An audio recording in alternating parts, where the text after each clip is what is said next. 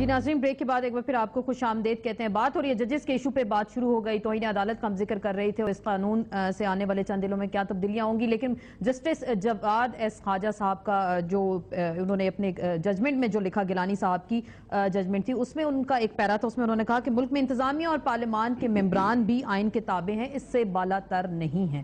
تو پھر نہیں، اس میں تو کوئی ایسی بات نہیں ہے. دیکھیں نا، انلیس کہ دیکھیں پریزیڈنٹ صاحب یا گورنر صاحب کی تو اپنی جگہ ہے، بلکہ ادروائز دیکھیں نا، اگر 248 سب آرٹیکل 1 کی جس کی میمن صاحب بات کر رہے ہیں، وہ اس حد تک درست ہے کہ اگر آپ نارمل کورس آف بزنس میں کوئی کے کام کریں گے تو اس کی حد تک تو آپ کی امیونٹی ہے. لیکن قانون سے ہٹ کے اچھا توہین میں اس لیے مسئلہ بن جائے گا کہ اگر آپ آرٹیکل 204 پڑھیں تو اس کا سب آرٹیکل 2 میں 4 کلازز ہیں.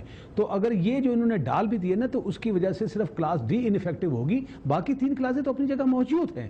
تو گزارش یہ ہے کہ دیکھیں وہ جو پرنسپل ہے وہ تو اپنی جگہ موجود ہے اور وہ موجود رہے گا کہ قانون سے تو بالا تر کوئی نہیں. اور وہ جہاں تک پریزیڈنٹ صاحب کی بات ہے یا گورنر کی بات ہے، اس کے لیے ایک اسپیسیفک پروویژن دی ہوئی ہے بارنگ دیٹ، اور وہ بھی ہے مطلب فار دا ٹائم بینگ، یہ نہیں for all time to come آپ آ رہے گا. اس میں وہ جب تک آپ کے پاس وہ آفس ہے تو آپ وہ کریں گے. تو وہ قانون تو سب پر لاگو، لیکن ایک اور بات، قانون پھر سب پر لاگو ہوگا. مثال کے دور شہریت کی اگر بات ہو رہی ہے تو یہ ٹھیک ہے کہ اگر آپ 1C کے تحت پارلیمنٹیرین کا راستہ روک رہے ہیں تو پھر پاکستان میں بڑے بڑے امپورٹنٹ جگہوں پر لوگ بیٹھے ہوئے ہیں جو دوہری شہریت رکھتے ہیں، تو ان پر بھی تو لاگو ہونا چاہیے. ہمارے بیروکریٹس کی بات کریں، مثال کے طور پر آڈیٹر جنرل آف پاکستان کی بات کریں، اور اگر مثال کے کچھ خبریں میں ڈرتے ڈرتے کہہ رہا ہوں اسٹیٹ بینک کے گورنر صاحب کے حوالے سے کچھ اور، تو یہ تو پھر سب پر ہونا چاہیے، سب پہ لاگو ہونا چاہیے، کچھ افراد پہ نہیں ہونا چاہیے. لیکن ہم توہین عدالت کے حوالے سے جو بات کر رہے ہیں کہ اس میں کہا گیا ہے کہ حتمی فیصلہ آنے تک جو ہے اس میں سزا معطل رہے گی، جو جج فیصلہ دے گا وہ اپیل میں نہیں بیٹھ سکے گا، اور نوٹس دینے والا جج کاروائی میں نہیں بیٹھ سکے گا.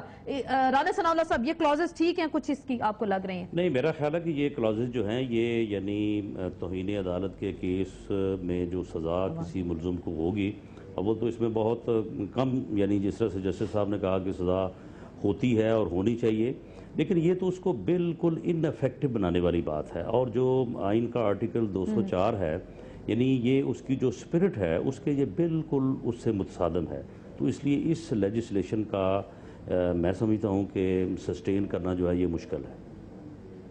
مشکل آپ کو نظر آ رہا ہے شرجیل میمن صاحب؟ سسٹین کرنا اگر مشکل ہے تو پھر بار بار وہی ہمارا اہم سوال کہ جلد بازی کیوں دکھائی گئی اور کیوں یہ قانون لے کے آئے آپ لوگ؟ دیکھیں، کوئی جلد بازی نہیں ہے. میں نے آپ کو پہلے کہا کہ ہم نہیں چاہتے کہ کوئی غیر آئینی طریقے سے آئینی اور الیکٹڈ لوگوں کو سلیکٹڈ لوگ ہٹائیں. اچھا، میں ایک چھوٹا سا عرض کروں گا.